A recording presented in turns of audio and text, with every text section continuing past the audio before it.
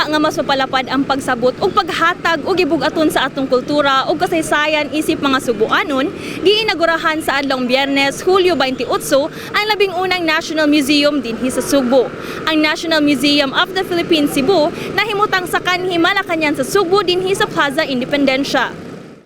Welcome to the inauguration of National Museum of the Philippines Cebu. 1, 2, 3. Si Presidente Ferdinand Bongbong Marcos Jr. mismo ang nangulo sa ribbon cutting ug unveiling ceremony sa National Museum. Matud pa sa Presidente, usa ka milestone dili lang sa Cebu apan sa tibuok nasod ang pag-abli sa museo sang nagdala kini sa mabulokong kultura sa Pilipinas. Gani giawhag ni Marcos Jr. ang tanang mga turista nga mobisita sa Cebu nga apilon sa ilang itinerary ang NMPC. It is fascinating in there. If you haven't been in there, you are in for a very special treat. Let us persuade local and foreign visitors alike to include the NMP Cebu in their itinerary whenever they visit our beautiful country and this vibrant, ancient province. Subay sa maong kalihukan, gipaambit sab ni Cebu City Mayor Mike Rama ang iyang plano nga paghahimuong museo ang Cebu City Hall panahon nga matukod na ang bagong City Hall sa South Road Properties kun SRP. We've talked with the Vice Mayor. This whole area, having been in Washington DC, this will be like Smithsonian. The people will just walk and reach City Hall, which will be soon.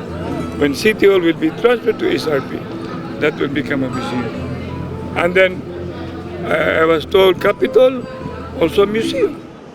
Ang NMPC ang ika-18 nga component National Museum sa Philippines lukup nasod. Ang chairman sa National Museum of the Philippines nga si Andoni Aboitiz ni sugilon nga 4 years in the making ang pagtukod sa museo tungod kay naabtan kini sa pandemya ug bagyong Odette. Gani malipayo ni ining gianunsyo nga human sa 4 ka tuig, hingpit na kining buksan sa publiko sugod karong umaabot Agosto 1. Gipahimugatan sab niya nga libre ug walay entrance fee ang maong National Museum. There is no entrance fee. It's free. All National Museum all over the Philippines are free. I'm not sure what policy exactly, but I think registration and I think in the future online registration. Nagkadaiyang mga artworks, paintings ug historical artifacts ang makita sulod sa National Museum of the Philippines Cebu. Usa sa mga art piece nga makadanig gyud og atensyon kining life-size nga butanding nga usa sa mga sikat nga atraksyon sa lungsod sa Oslob. Naka-display sab dinhi ang special presentation sa Philippine Center New York Core Collection. Lakip sa unang mga nakabisita sa museo, ang anak sa Cebuano painter nga si Martino Abellana nga maoy naghimo sa ilado nga Rizal the Reformist painting.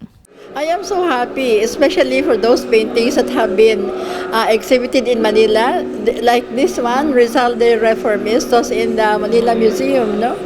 When I saw it, I was so glad that it's back here in Cebu.